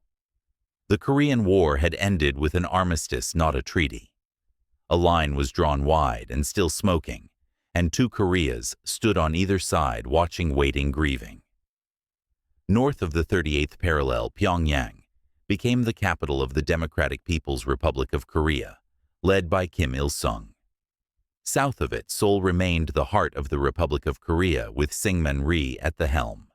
Both nations claimed to be the true Korea, and both began to rebuild each in their own image. In the north, everything became collective. Land was redistributed. Farms were organized into cooperatives. Heavy industry, steel, mining, chemicals was pushed forward with impressive speed. Soviet and Chinese support flowed in, especially in the early years. Pyongyang rose from the rubble with wide boulevards and gray concrete buildings. A new ideology took root, Juche, or self-reliance. It emphasized independence, unity, and unwavering loyalty to the leader. Portraits of Kim Il-sung appeared in every home. His words were printed in red ink, his image on walls, badges, and books. He was not just president, he was father figure, revolutionary savior. Schools taught songs about him, workers chanted slogans, and across the north there was a sense of rising from humiliation, a pride in rebuilding not just infrastructure, but dignity. Of course, there was hardship. Rations were strict, movement was limited, dissent, if it existed, rarely surfaced. But the people, many of whom had seen their villages bombed, their families lost, clung to the idea of unity, of never again being occupied or divided. To them, Juche was not just politics, it was protection. Meanwhile, in the south, the road was messier. Syngman Rhee's government struggled with corruption and unrest. In 1960, student protests exploded, accusing the administration of rigged elections. The April Revolution swept him out. A brief democratic interlude followed, but didn't last. In 1961, General Park Chung-hee seized power through a military coup. He was a controversial figure, strict authoritarian, but also deeply focused on development. His vision was clear: industrialize fast, export more, modernize everything. South Korea had been agrarian, poor, and unstable. But in the 1960s and 70s, factories sprang up. Highways were built. Trade with the West increased. Villages electrified. Kids went to school. The hanbok gave way to school uniforms, and wooden carts were replaced by city buses. The miracle on the Han River, they called it later. But like most miracles, it came with a price. Park's regime cracked down on dissent. Opposition was jailed, newspapers censored, labor unions controlled. And yet many Koreans still say, he gave us the foundation. It was complicated. You see, both Koreas were trying to stand after being knocked down. In the north, people were told, we are one family, stay united, work together. In the south, people were told, work hard, compete, improve yourself. Different messages, same urgency. Both sides remained on edge. Along the DMZ, guards stood watch day and night. Occasionally shots were fired. Tunnels were discovered. Propaganda floated across the border, sometimes in leaflets, sometimes in loudspeaker broadcasts. North Korea sent spies. South Korea sent balloons. It was quiet, war cold, but constant. And still, life went on. In the north, children learned to recite the history of their revolution. In the south, children watched American cartoons and memorized English words. In the north, people marched in perfect rows during national celebrations. In the south, People started dancing to Beatles records and eating instant noodles. And somewhere in between, along that strip of land filled with barbed wire and minefields, birds still sang in spring. Deer walked through the demilitarized zone, unaware of the politics. Nature, it seemed, ignored borders better than humans did. By the 1970s, the division had solidified, not just politically but culturally. North Korea continued to build its identity around the legacy of Kim Il-sung. Monuments grew taller, songs louder. The country was isolated but proud. In South Korea, the economy surged. Seoul became a neon-lit metropolis. But political repression remained, and the people would remember that too. Even in separation, both Koreas carried the same ache, a longing for something whole. Older generations remembered a time when Korean meant just one thing. They remembered the same folktales, the same harvest rituals, the same holidays when the whole family used to gather before they had to choose a side, or worse, were born into one, without choice. Letters no longer crossed the border. Phone calls never came, but at family altars candles were still lit for missing relatives. And on both sides, children were still told bedtime stories, some about kings and tigers, some about peace and rainbows. And maybe that's what kept the soul of Korea alive. Not politics, not power, but memory. The memory of something shared. The memory of being one people before the world got involved, before history got messy. Tonight we remember that. 2 Koreas, 2 paths, but still one mountain range, one language, one name, and under it all one hope. That perhaps someday the roots that once held them together might grow back through the cracks. The long cold standoff. From dictatorship to democracy. By the early 1980s, it had been 30 years since the ceasefire.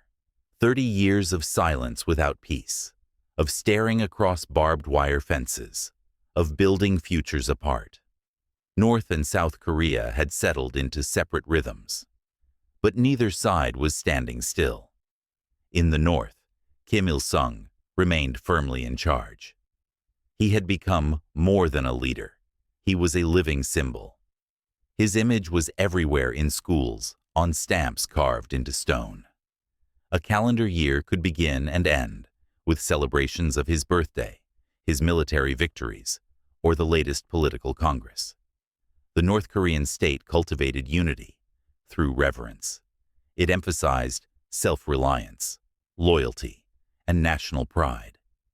The economy, however, was growing more fragile. By the mid-1980s, support from the Soviet Union was beginning to wane. The outside world was changing fast. Communist regimes in Eastern Europe were starting to collapse. But inside, the North isolation deepened. The country grew more closed, more careful. Visitors were rare. Information was tightly controlled. To the people within, the rest of the world often felt like a rumor. And yet, life continued. Children marched in red scarves. Farmers worked in the fields. Workers sang patriotic songs on the way to the factory. There was pride, discipline, and a constant message: we are strong because we are alone. Meanwhile, in the South, the story was shifting. President Park Chung-hee had been assassinated in 1979. In the power vacuum that followed, General Chun Do-hwan took control. Another military man, another strong hand. But the South Korean people were changing. A new generation had come of age, one that had grown up under economic growth, but political limits.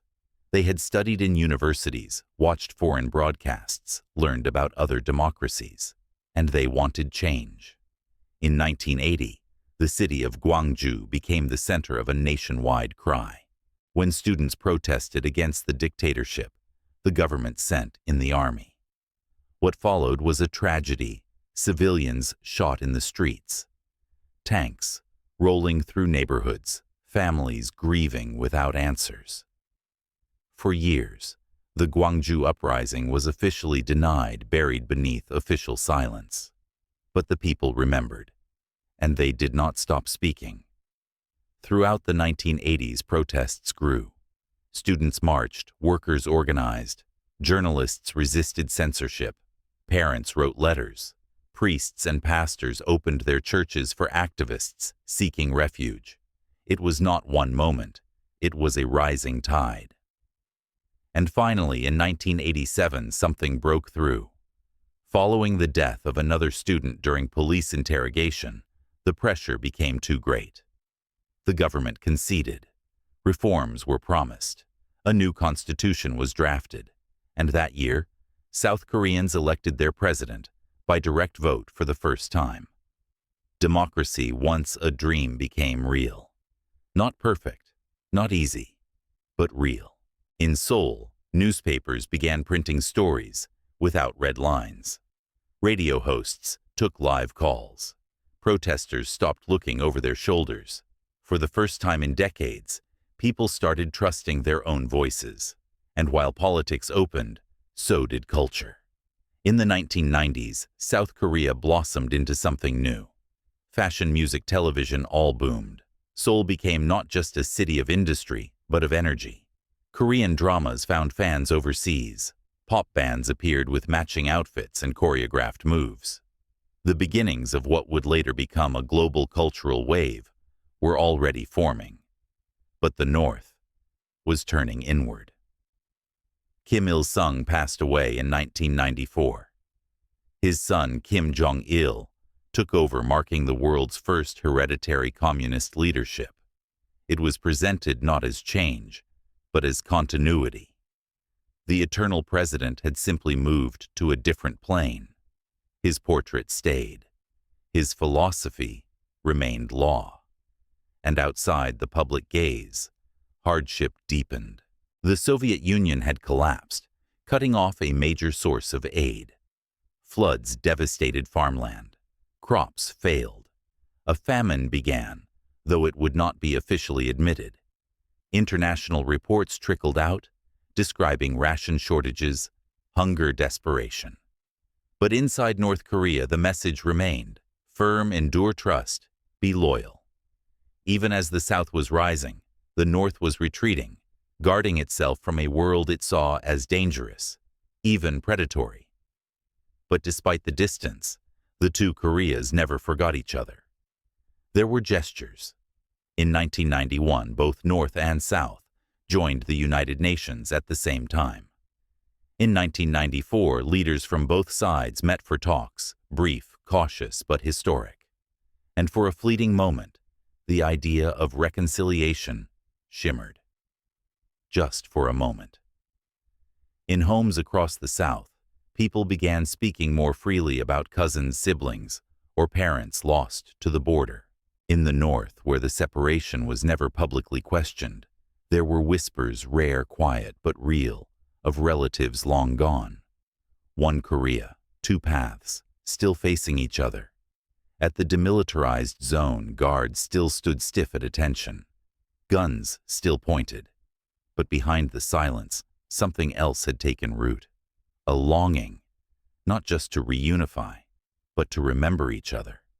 To recognize the same lullabies, the same mountain shapes, the same surnames whispered across a fence. By the end of the 1990s, the Cold War was over for much of the world. But for Korea, the frost remained, and yet so did the flame. The South had found its voice. The North had kept its identity, and both in their own ways held on to the belief that their story was still unfolding. Tonight, as we sit with this chapter, we let ourselves feel the weight of it. Not just the pain, not just the politics, but the quiet strength of a people who had been split, scarred, and silenced, and still somehow endured. Because even when history pulls you apart, memory can still hold you together. Into the 21st century, tech tensions and tentative steps. The new century arrived like a sunrise, quiet, slow, but unmistakable. For the two Koreas, it brought new questions, new chances, and new reminders of just how far apart they had grown. South Korea stepped into the 2000s with the confidence of a country reborn. The scars of war and dictatorship were still there but fading. The wounds had given way to skyscrapers and global exports. Seoul buzzed with Wi-Fi before most Western cities. Smartphones hit the shelves. Subway lines multiplied. The world began paying attention, not to South Korea's past, but to its present. Tech companies like Samsung and LG became household names. Korean cinema gained international acclaim. A little TV drama called Winter Sonata quietly stole hearts across Asia, laying the groundwork for something few could have predicted: the Korean wave. At first, it was just pop culture. But then came the music. Boy bands and girl groups, polished, energetic, and hyper-synchronized, rose on YouTube like waves.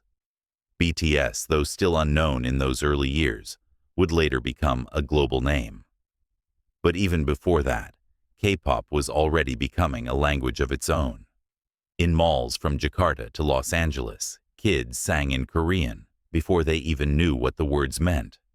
But while South Korea danced forward, the North walked a harder road. Kim Jong-il, now in full control, kept the country isolated. The economy remained tightly managed. The people carefully watched. Outside information was forbidden. Western music illegal. Foreign films dangerous. The government still controlled television, newspapers, even the internet, though few citizens ever had access to a computer, much less a network. And yet, the rest of the world couldn't stop watching, because something had changed. In 2006, North Korea conducted its first nuclear test. Underground, secretive, but unmistakable. The explosion shocked the world.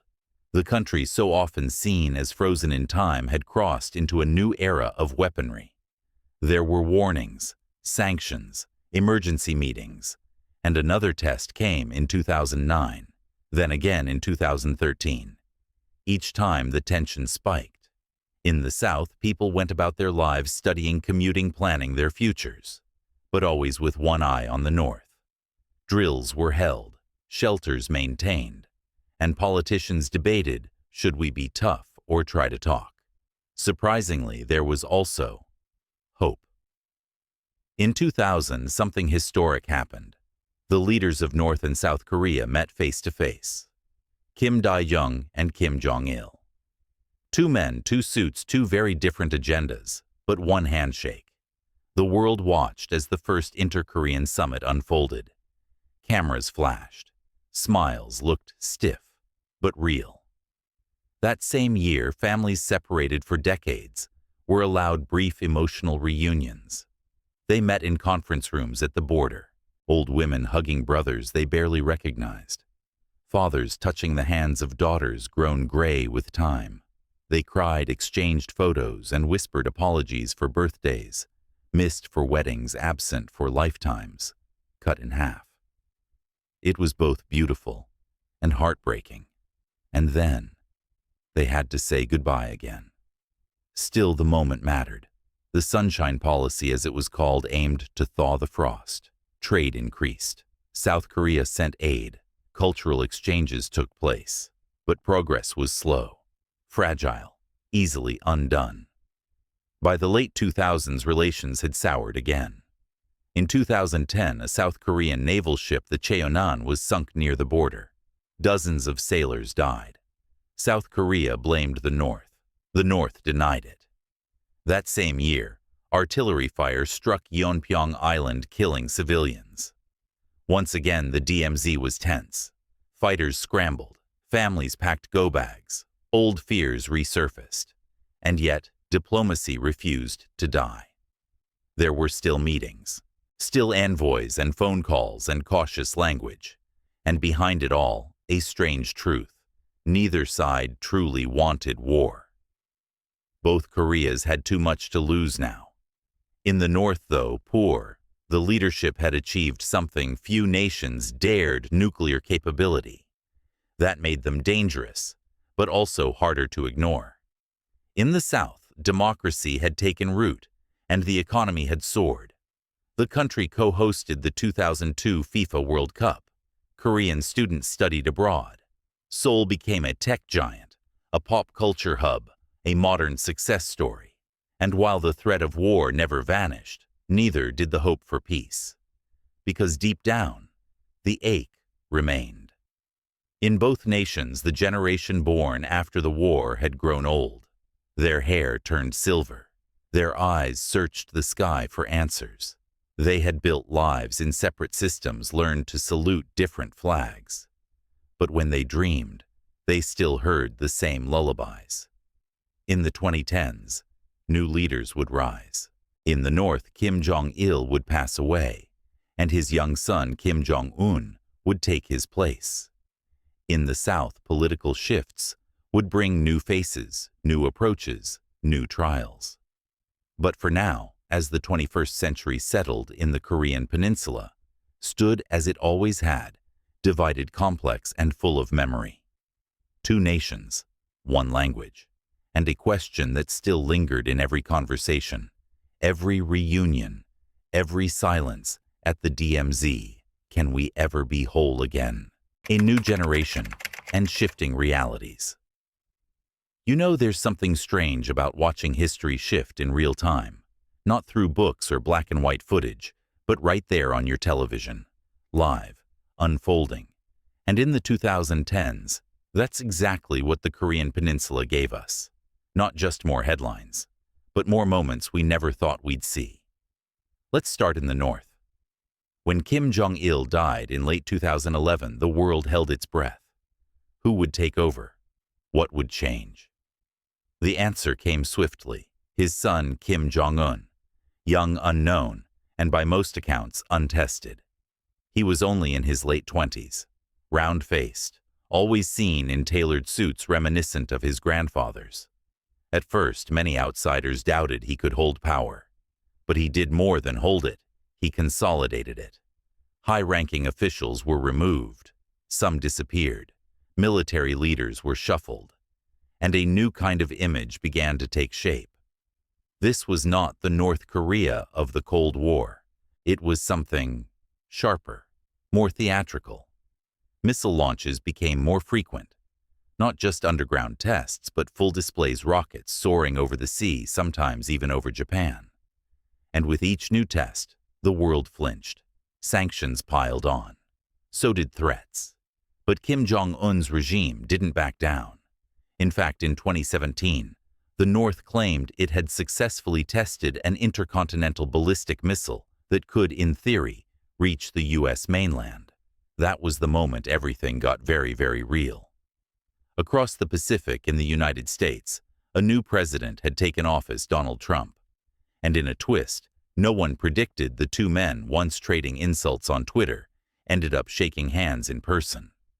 It happened in 2018 in Singapore. The world watched in disbelief. There they were, Kim Jong-un and Donald Trump side by side, smiling, cameras flashing. It was the first time a sitting U.S. president had met with a North Korean leader. Ever. The talks were historic, not because they solved everything, but because they happened at all. There were more meetings after that Hanoi Panmunjom. At one point, Trump even stepped briefly into North Korean territory, crossing the border with Kim in a gesture both symbolic and surreal. But the results mixed. Agreements were signed, but specifics were vague. Tensions eased, and then flared again. The nuclear program was never fully rolled back, and soon the summits ended. But for a brief moment, people dreamed of something different. In the South, meanwhile, a different transformation was underway. The country that had once struggled for democracy was now exporting it. South Korean elections were lively, often dramatic. Political scandals made headlines. Presidents were held accountable, some even imprisoned. But democracy held. The system worked. And beneath all the politics, culture exploded. K-pop wasn't just a regional curiosity anymore. It was global. BTS sold out stadiums from London to Los Angeles. Blackpink topped charts. Parasite won Best Picture at the Oscars, something no one thought a Korean-language film could do. and Netflix dramas like Squid Game turned Korean storytelling into a global phenomenon. Younger generations in South Korea began to see themselves not just as survivors of war or children of division, but as global citizens. They spoke multiple languages, traveled abroad, made memes, built apps. But some of them quietly wondered about the North, not with fear, not always with anger, but with a kind of distant curiosity. What was life like over there? Did people their age listen to music, fall in love, worry about their parents, dream about more efforts were made? Under President Moon Jae-in, South Korea pushed hard for renewed dialogue with the North. There were joint Olympic teams, symbolic train rides across the border, and even moments of laughter between leaders. But real progress remained fragile. One wrong move, one failed agreement, and the bridges began to shake. By the early 2020s, the world had changed again this time, thanks to a virus. COVID-19 closed borders, halted travel, and shifted priorities. North Korea sealed itself off even further, more isolated than ever before. South Korea, in contrast, became a model of early response, efficient testing, high-tech tracing, clear communication. Once again, two nations, two approaches, same peninsula. And so here we are in the present day. The border still stands, the politics still shift, and the people on both sides still live with the weight of a war that never ended. But history is not always loud. Sometimes it is in the quiet moments. A K-pop fan in Seoul writing a letter to a friend across the border she'll never meet. A North Korean defector learning to use the internet for the first time. A grandmother whispering a name she hasn't said in 60 years. A soldier on the DMZ watching a bird fly north and not come back. It's in those moments that we see the human thread. Not just conflict, but connection. Not just division, but memory. And maybe just, maybe possibility. Because nations are not only shaped by leaders and laws, they're shaped by the people who carry their stories forward.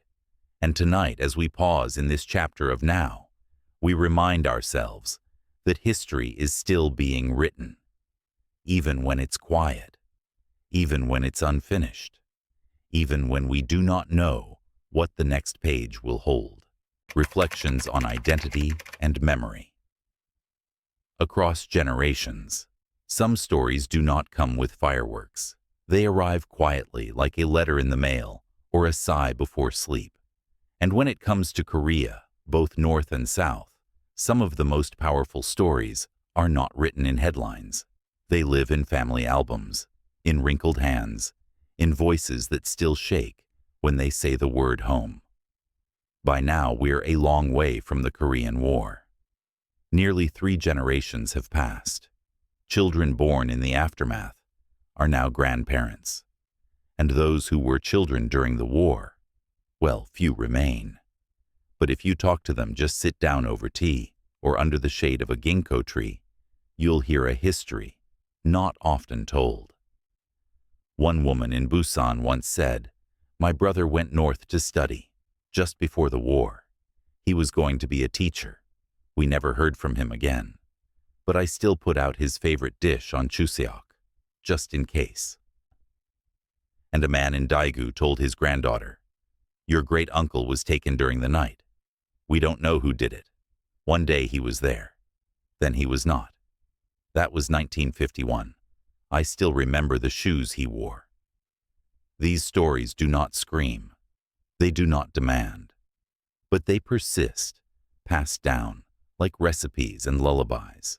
And they live in both Koreas. In the North, memories are more difficult to speak aloud. There is no open press, no family reunions, unless permitted by the state. But people remember. They remember the rice fields before collectivization, the laughter before fear. Some still keep forbidden photographs. Others whisper names they were told to forget. And in the South, even among the youth, especially among the youth, there's a quiet curiosity about their other half. Not everyone thinks of reunification. Not everyone wants it. But many still wonder, who are we really, without them? It's a strange thing, national identity.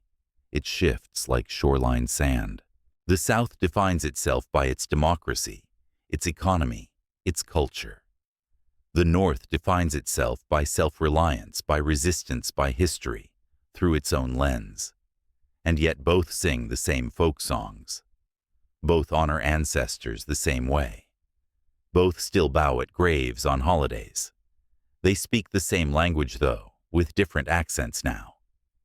There's an old phrase you still hear from elders in Seoul, "Uri minjoguri," among our own people. It's a phrase used by both governments at different times. But for ordinary folks, it holds something deeper than politics. It holds the ache of something that once was whole. But make no mistake, identity has changed. Young South Koreans are globalized. They know TikTok trends before morning coffee. They learn English early travel, often dream big. And for many, North Korea feels less like a missing sibling and more like a distant neighbor, one they've never met, only heard about in class. And yet the reminders are everywhere. At school in history books, at the DMZ on field trips, on the subway in drills, and sometimes in the sudden silence that falls when someone mentions, "My family is from the North." Because what do you say to a memory that belongs to someone else, but still feels like your own, and in the North? We don't know everything. But from the testimonies of defectors, from smuggled letters, from the whispers that slip through the cracks, we get a glimpse.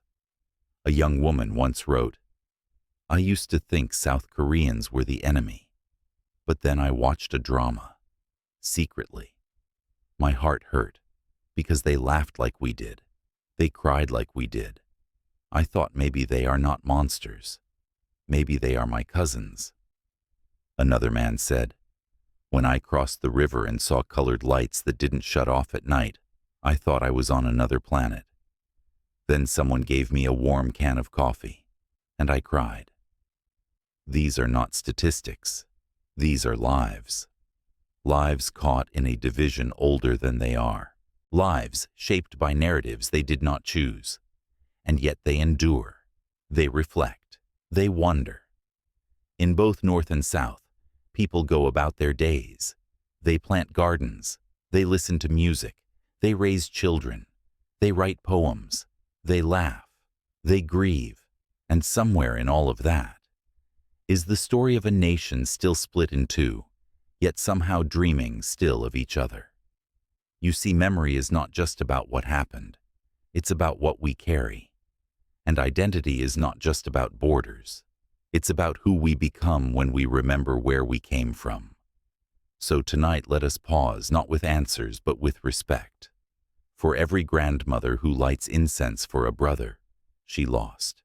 For every child who wonders why a border runs through their blood. For every song sung in both Pyongyang and Seoul, with the same notes, the same sorrow, the same silent hope. Tomorrow we will return to timelines and treaties.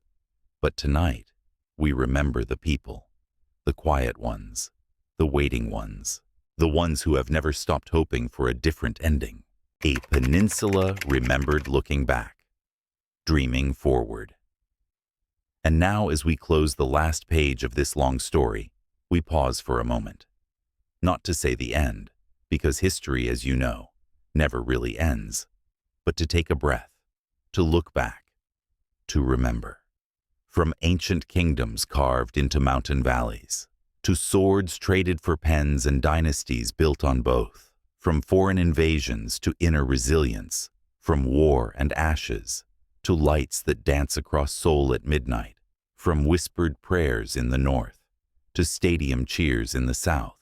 This peninsula has known division, but it has also known dignity.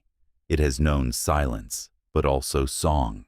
And above all, it has known people, ordinary people, who kept going, who kept believing, who kept living, despite everything.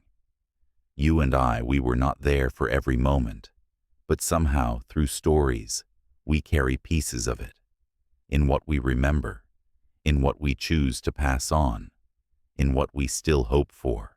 Because every border is drawn by human hands, but every bridge that's built by human hearts. So tonight, as you lay your head down and the lights dim around you, remember this. Somewhere in the world, a child in Seoul is falling asleep to the same stars as a child in Pyongyang. They don't know each other's names, but maybe one day they will. Thank you for traveling with me. Rest well, my friend, and good night.